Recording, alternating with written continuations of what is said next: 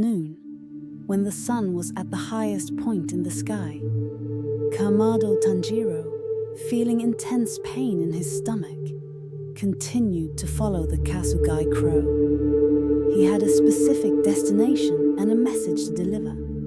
A request from a dear person who had lost their life in a battle with one of the 12 Kizuki, asking him to deliver the message to their family. After enduring exhausting runs, the Kasugai crow perched above the gate of a house. In front of the gate, a young boy with flame-like hair was sweeping. It was the well-known trait of the rengoku family. The boy was Rengoku Senjuro. After Tanjiro saw the boy, he walked toward him calmly, and after introducing himself and explaining the reason for his visit, Senjuro invited him inside the house. Once inside, the first thing Tanjiro did was ask a simple question. "Where is Rengoku Kyojuro-san?" The answer Senjuro gave made Tanjiro a little sad, but it was probably the best answer Senjuro could give. "My brother has gone to visit his wife," was Senjuro's response. Tanjiro spent a moment in silence, then, with great regret, said, "I'm sorry. I was there, and I was just in the way of Risa-san. After that, Tanjiro couldn't hold back his tears and began to cry. Even though a long time had passed since that tragic night, it still hurt Tanjiro to remember the events of that night.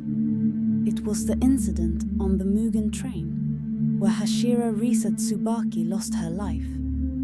3 other demon slayers accompanied this Hashira during the mission, and Tanjiro was one of them.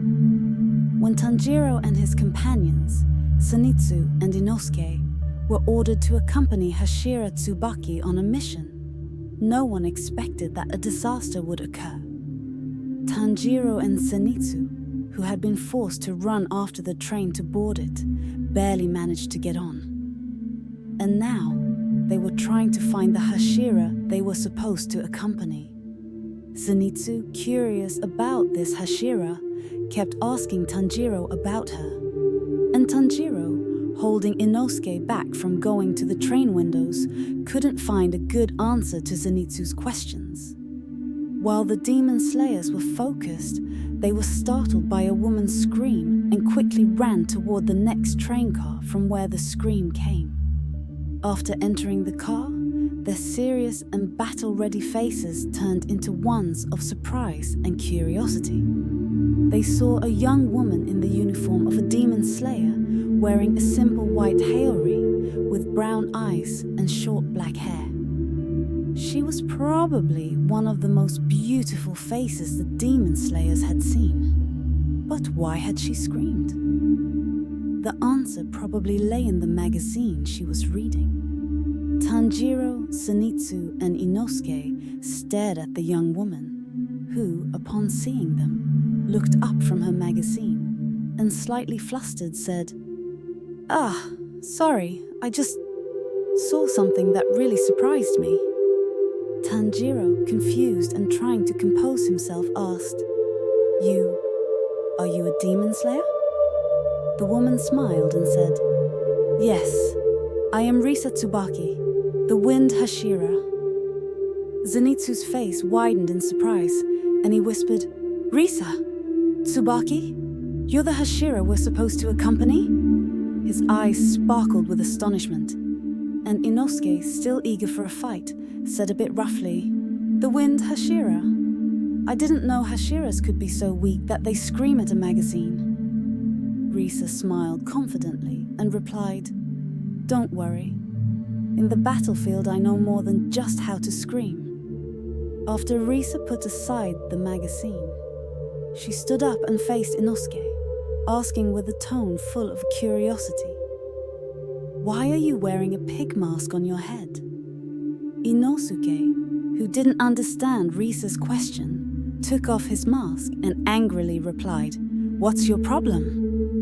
Tanjiro, trying to ease the tension between Inosuke and Risa, respectfully said, I'm glad we can be here with you, Tsubaki-san. This is the first time we're on a mission with a Hashira. Risa looked at him with a calm and focused expression and said, I know the three of you from that incident with the 5th ranked Lower Kisuki. Zenitsu, feeling like he had been complimented, happily responded, It's really great that someone as beautiful as you knows us. Risa then returned to her seat and invited Tanjiro to sit beside her, asking him to tell the story of how his sister Nezuko turned into a demon. Tanjiro, a bit anxious, agreed, and after telling her the story, he felt a bit more at ease, seeing Risa cry for them. In response to Tanjiro's story, Risa said kindly, with a softer expression, I'm truly sorry for all the pain you've been through, Tanjiro-kun. I hope you can turn your sister back into a human as soon as possible. Tanjiro, deeply grateful for her words, responded happily, Thank you, Risa-san. Risa, somewhat surprised by Tanjiro's gratitude, asked, For what? I haven't done anything. But if you think my words help, how about some real help? Tanjiro, looking at her with a puzzled expression, didn't fully understand. Then Risa continued, My husband, Rengoku Kyojuro, doesn't have a Tsugoku. Honestly, Tsugokus don't last under his command. If you want to get stronger and achieve your goals, he can really help you. Zenitsu, overhearing the conversation, suddenly stood up and shouted in surprise, Your husband? You're married? Risa looked at Zenitsu and said, You didn't know. Everyone knows. After this mission, I'm going to take a long break from my work. Zenitsu, still shocked, said a bit angrily, Well, you shouldn't say your husband when you're not even married yet. You should say your fiancé. Upon hearing Zenitsu's comment, Risa burst into laughter from the bottom of her heart. While laughing, she said, Did you think my break was for a wedding ceremony? No, I've been married for a year now. Tanjiro, now even more curious about Risa's words, asked, Then why the break? Risa, with pride and joy, replied, I'm going to be a mom. I'm a month pregnant, and the doctor confirmed it just 3 days ago. My husband doesn't know yet. I'll tell him after the mission. Tanjiro and Zenitsu, both shocked that a pregnant woman was sent on a mission, looked at Risa, hoping she would explain further. Risa, realizing what they were thinking, continued. I told Oyakata-sama about this and asked for a year's leave after the mission. At first, he didn't agree and tried to send me here, but in the end, I won. As they were talking, the ticket conductor entered the wagon. After punching their tickets, Tanjiro and Risa sensed the presence of a demon. Their previously calm faces quickly turned angry. Risa stood up, drew the sword she had been hiding under her haori, and said, Sorry for carrying a sword with me, but it's an emergency. I hope you'll overlook it. Just after Risa spoke, a demon appeared in front of them and tried to attack one of the passengers. Risa intercepted its attack, and with an even angrier expression, she looked at the demon and said, You vile creature, you'll never be forgiven for this. Without hesitation, Risa stepped forward and, with incredible speed, executed her third form, Petal Typhoon. Her sword spun through the air, delivering rapid and continuous strikes to the demon. Her movement was like a breeze of petals, rushing towards the enemy with unstoppable force. Before the demon could react, its head was severed. Afterward, Risa warned the ticket conductor to stay back and instructed her companions to hurry ahead and help the passengers evacuate the front wagon. In the front wagon, people were trapped in a corner, and some had managed to escape. As soon as Risa arrived at the scene, the demon sensed her strong presence. With a swift spin, Risa executed the fifth form, Dawn Breeze. Her sword's blade spiraled through the air, striking multiple vulnerable points on the demon's body like a gust of wind. The demon, attacked from all sides, was severely wounded and could no longer defend itself or flee. Risa shot a sharp and determined glance at the demon and said, "This is your end." With strength and calmness, she gripped her sword tightly and delivered the final blow. The demon's head was severed, and before its body turned to ash, it cast a last furious and terrified gaze at her. Risa took a deep breath, her composure unshaken, as if she had never been nervous or worried from the beginning. Meanwhile, Tanjiro and Inosuke were busy evacuating the people from the front wagon. Tanjiro, with a gentle face, tried to reassure the people, saying, "Please move to the back of the train. It's not safe here." Inosuke, with his usual fierce attitude, shouted at the people, "Clear the way! Let us take care of the demons!" Zenitsu, standing a little farther back, was still trembling, glancing around in panic. However, seeing that the people were even more terrified than he was, he tried to overcome his fear and said with a voice that tried not to sound scared, "Yes, please listen to us." When he saw the people paying attention to him, he felt a little more confident and joined Tanjiro and Inosuke. Risa, observing the scene, smiled calmly and thought to herself, "This new generation, though young and inexperienced, has strong hearts." Once they ensured there was no more danger in the front wagons, Risa motioned for Tanjiro, Inosuke, and Zenitsu to return to the initial wagon.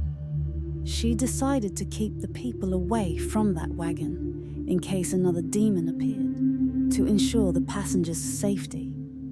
Turning to the passengers, who were watching them with fear and concern, she said, "Please stay in the back wagons and stay calm. We'll stay here to make sure no further danger threatens you."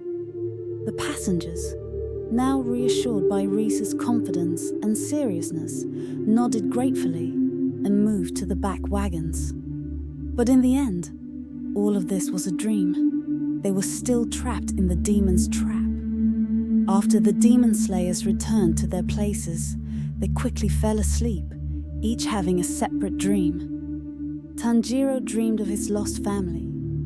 Zenitsu dreamt of a romance with Nezuko Kamado, Tanjiro's sister. Inosuke dreamt of a mission in a cave where he and his friends drowned. And Risa was in a dream with her family. She saw herself happily spending her days with her child and Kyogiro. All the demon slayers were deep in sleep, unaware that danger sat beside them. The demon who had set the trap had sent people to destroy their soul cores. But eventually, Tanjiro managed to wake up and thwart the demon's plan. After waking up, Tanjiro realized that their wrists were tied to ropes connected to other people. Once those people woke up, they tried to attack Tanjiro, but he knocked them unconscious. After several failed attempts to wake his comrades, Tanjiro went after the demon and found it on the train's roof. After a battle and decapitating the demon, it rose again and told him that it had merged with the train, and all the passengers were now its prey. So Tanjiro returned inside the train and realized his comrades had all awakened. By then, Zenitsu, Inosuke, and Nezuko had been watching over the passengers. After a short moment, the entire train shook, and suddenly Tsukabaki-san appeared in front of Tanjiro, her face slightly angry, saying, "I think you know what's going on. We need to cut off the demon's head as soon as possible. You go find out how." and my sister Zenitsu and I will protect the passengers. I'll send the pig boy to follow you. Go now." Just as Risa was about to go back to protect the passengers, Tanjiro grabbed her sleeve, his face stunned and fearful, saying, "But this train is the demon. It has no neck to cut." Risa, understanding Tanjiro's words, replied firmly, "As long as the demon has a neck, it can be severed." She then turned to help the passengers. Thanks to Risa's words, Tanjiro was able to locate the demon's neck, and after tireless effort, he finally severed it. With the demon's head severed, the train derailed, and all the passengers woke up. Tanjiro, injured during the fight and bleeding from his stomach, lay on the ground, trying to use his breathing techniques to stop the bleeding. When Risa saw Tanjiro, she went to him and said that he had done a great job and no one had been hurt. These words from Risa made Tanjiro happy. As they were speaking, a sudden terrifying presence overwhelmed them, and the sound of something crashing to the ground echoed. In just a few steps, a figure appeared, seemingly having jumped from a great distance and landed on the ground. The surrounding area was filled with dust from the impact. The presence of this individual instilled fear into Tanjiro's body. Risa, ready for battle, gripped her sword tightly. Once the dust settled, they could see a young man with pink hair and strange skin color. Tattoos were visible all over his body, even on his face. The tattoos formed geometric patterns across his body, even near his eyes. He had a rugged appearance and wore half-exposed clothing. But the most terrifying thing about this man were his eyes, where the words High Rank 3 were clearly visible. Risa, who seemed to recognize him, was slightly surprised. What was even more surprising were the words that came from his mouth. "A woman. When my master told me to come here, I didn't expect to encounter a woman." Risa, infuriated by every word the man spoke, responded sharply, "Is there a problem?" The man, without acknowledging her, turned his back and began walking away. This only made Risa's anger grow stronger. "Hey, turn around. Is there an issue with me being a woman?" The man ignored her again and continued walking. Finally, Risa drew her sword and, with speed and power like a storm, executed Form 5, Gale Throw. In a swift move, with a dodge and a counterattack from the man, Risa's attack was neutralized. The sound of breaking wind filled the air, and the tornado quickly dissipated. Akasa turned slowly, this time looking at Risa with visible annoyance in his eyes. "Do you realize you're wasting my time?" Risa, looking at him with disdain, replied, "I am Tsukubaki Risa, Hashira, of Wind from the Demon Slayer Corps." The man, seemingly uninterested, said, "So what?" Risa, still maintaining her disdainful expression, asked, "Is your name Akasa by any chance?" The man, ignoring her once more, turned his back and continued walking away. This time, Risa did not get angry but asked a question. "Do you know Yumi Kobayashi?" Akasa stopped, as if something in Risa's words had caught his attention. He turned to listen. Realizing this, Risa continued, "You're the one who gave her demon blood, right?" Akasa faced her again, his anger now evident. "Did you kill her?" Risa, with a smile, locked eyes with Akasa and simply responded, "So what?" Akasa, in a fit of rage, charged at Risa, but his punch collided with the ground, creating a deep crack in the earth. Before he could land another blow, Form 5. Gale. Throw was unleashed with full power, launching a deadly tornado at him. This time, Akasa had to dodge instead of neutralizing the attack. He leapt to the side with incredible speed, reappearing directly in front of Risa. His face was contorted with fury as he said, "Do you think you can defeat me with such weak moves?" Akasa's eyes burned with anger and something resembling pain. Suddenly, he leapt into the air and charged at Risa with all his strength. Risa, still holding her sword, prepared herself and shouted loudly, "Form 2, Storm Shield!" A wind current began to swirl around her, forming a shield of sharp, cutting wind. Akasa's blow collided with the shield, and the sound of their forces clashing filled the air. However, Akasa's power was immense, and he quickly shattered Risa's shield, sending her flying backward. Risa landed heavily, but immediately got back on her feet, gripping her sword tighter. She then raised her sword and dashed toward Akasa with unbelievable speed. The two clashed, exchanging blows with staggering speed. Each strike from Akasa was like a hammer smashing the earth, while Raisha's movements were swift and cutting, trying to sever her opponent. For a brief moment, Risa paused and asked, "Yumi, who was she to you?"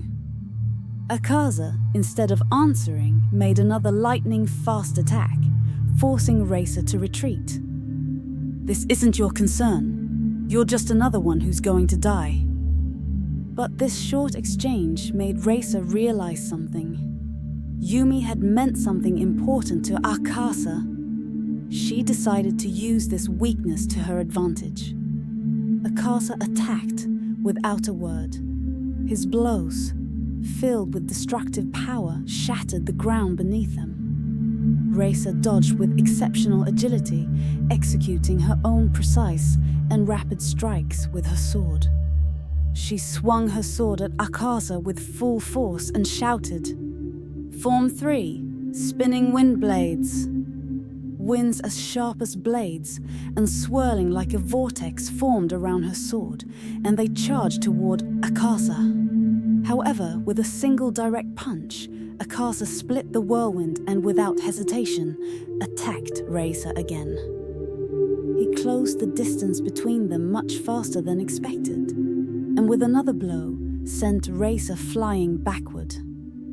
Risa struggled to stay on her feet, blood dripping from her forehead, but her eyes still shone with determination and resolve. She took a deep breath and thought to herself, "His speed and power. I need to find a way to stop him." Akasa, without giving her any chance to recover, attacked once more. This time, Risa slipped on the ground, but executed a quick spin and unleashed sixth form, multi-layered Stormblade. Powerful, layered winds erupted from her sword and rushed toward Akasa. Sensing the strength of the attack, Akasa was forced to retreat slightly. This was the first time during the entire fight that he had taken even a single step back, but it only made him angrier. With unbelievable speed, he charged toward Risa again, and this time, with a devastating blow, he knocked her sword from her hand. Without her sword, Risa staggered backward, but she didn't fall. With another deep breath, she rushed toward her sword again. However, before she could reach it, Akasa blocked her path, glaring at her with threatening eyes. The fight had reached a point where any moment could shift the outcome. Akasa, his eyes desperately holding back tears, his voice thick with emotion and rage, shouted at Risa. What did she say? In his final moments, what did he say? Risa, finding Akasa's words laughable, replied, "I can't believe it. Do demons even fall in love?" Akasa, unable to contain his tears any longer, shouted at Risa through his sobs, his voice full of anger. "Answer me!" With a smirk and a look of contempt, Risa shot back. "In broad daylight, you left him in a cave with no escape. When I found him, he first thought it was you. When he saw me, he was terrified.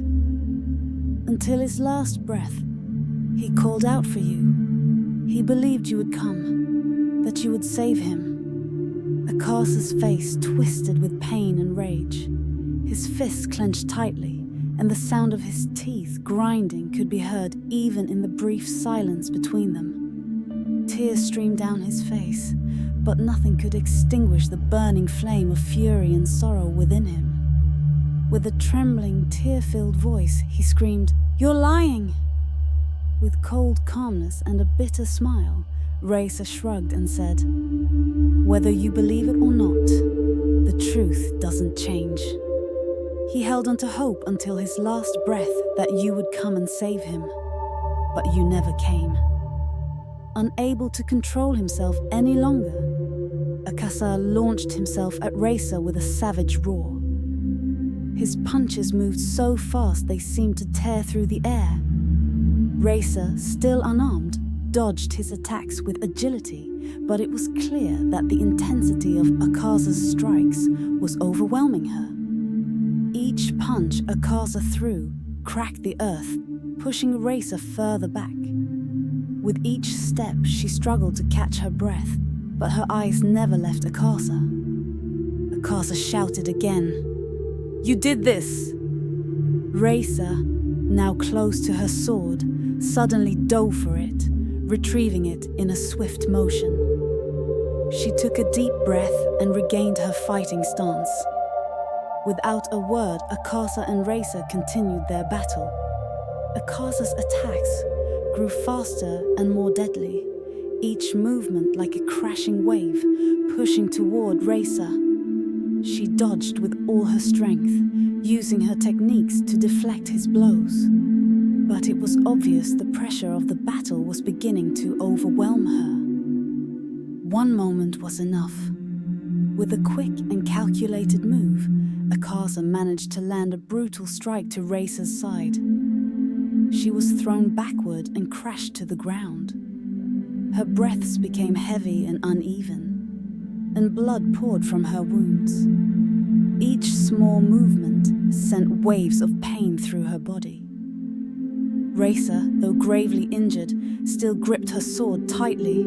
She tried to rise, but her legs betrayed her, and she collapsed again. Yet, her gaze remained fixed on Akasa, filled with an unwavering resolve. Akasa stepped toward her slowly, his face devoid of any emotion. The only thing that filled the space around him was the heavy, fatal presence he radiated. But even in this state, Risa refused to look away. Just as Akasa was about to strike the final blow, a sword, moving with incredible speed and flames, was thrown from Tanjiro's direction.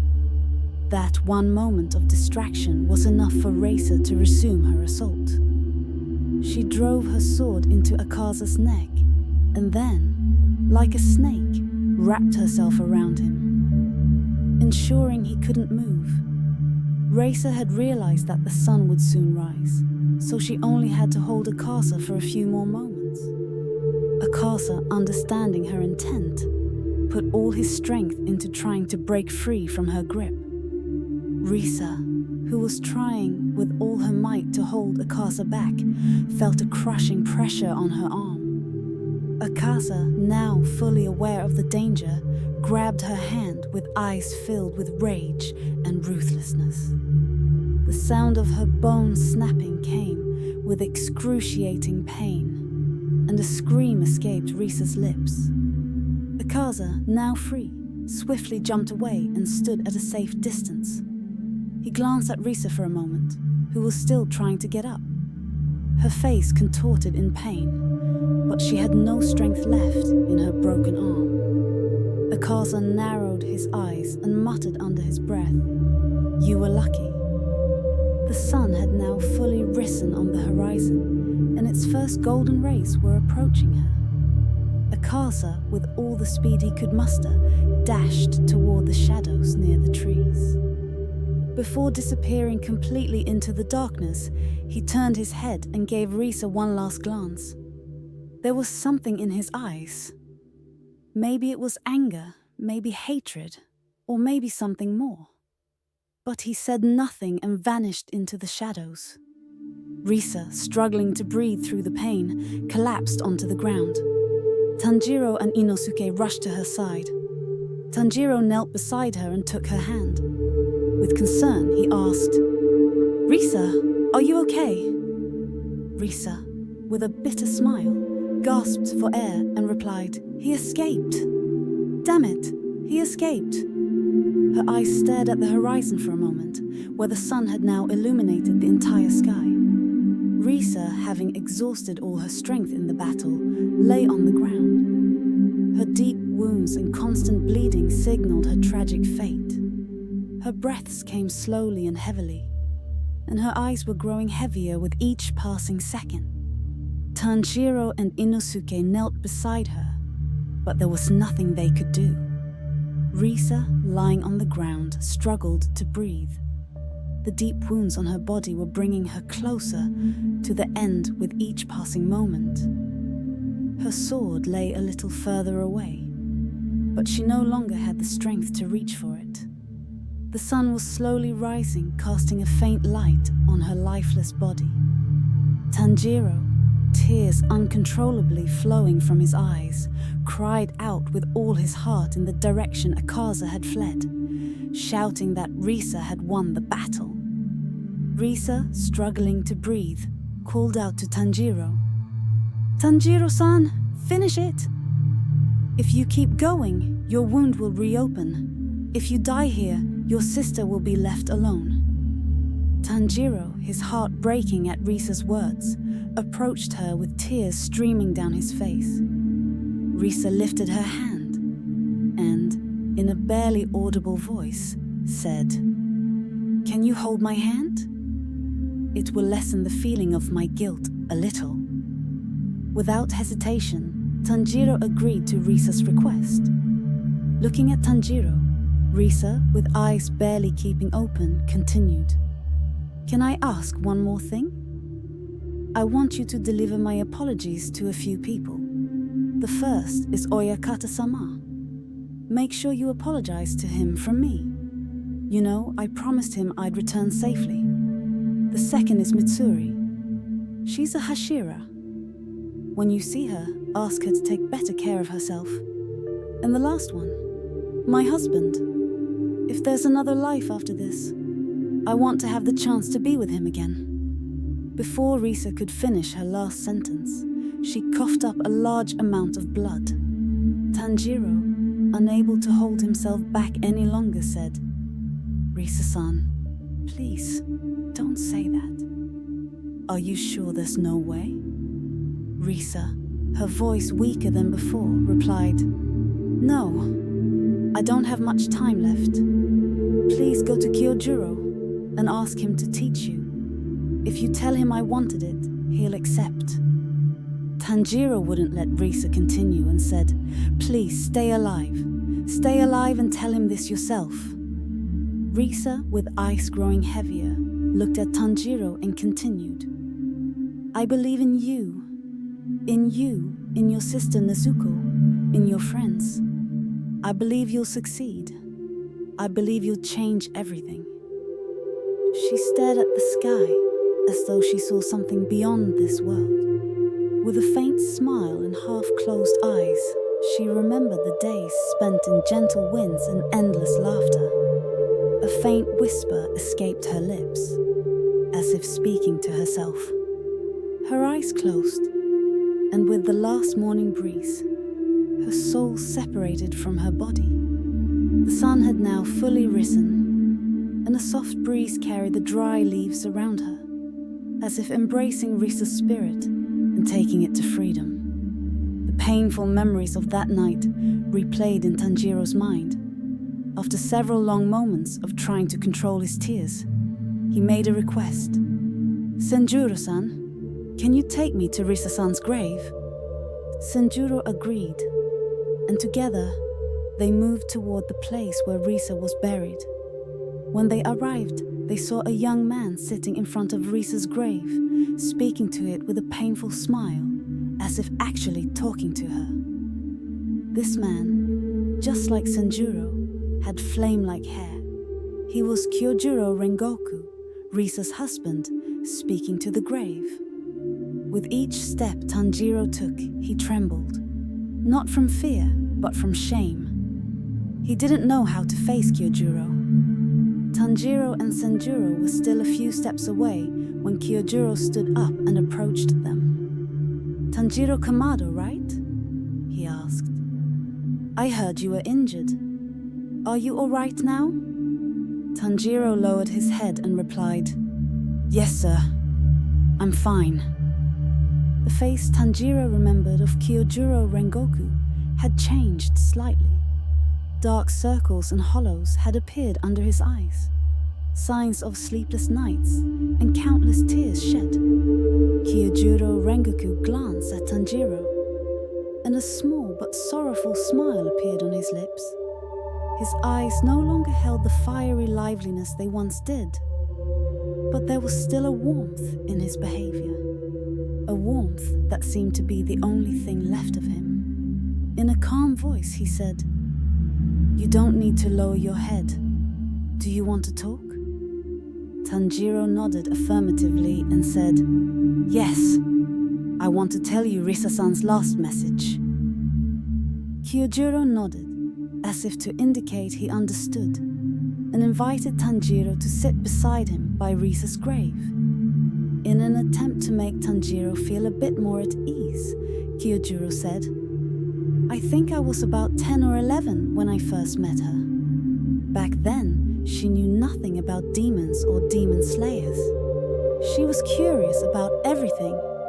At first, I didn't want to tell her, but after almost a year of her asking me every day, I finally told her. That's when we decided to become demon slayers together. No matter how much I looked at her, she was amazing. She learned a breathing style that hadn't been used for almost 70 years, just by reading books about it. Tanjiro, still with his head lowered, listened intently to Kyojuro's words. His voice, though gentle and soft, carried the weight of past memories in every word. Tanjiro, now with tears streaming down his face, slowly lifted his head and, with a trembling voice, said, Risa-san, in her last moments, she asked me to tell you something, Kyojuro-san. Kyojuro closed his eyes for a moment and gently nodded, ready to listen. Tanjiro continued. She said, if there is another life, she wants to spend that life with you again. Kyojuro, without saying a word, just looked at the grave. After a few moments, with the breeze moving gently, Kyojuro stood up and said, She is here. She's watching us.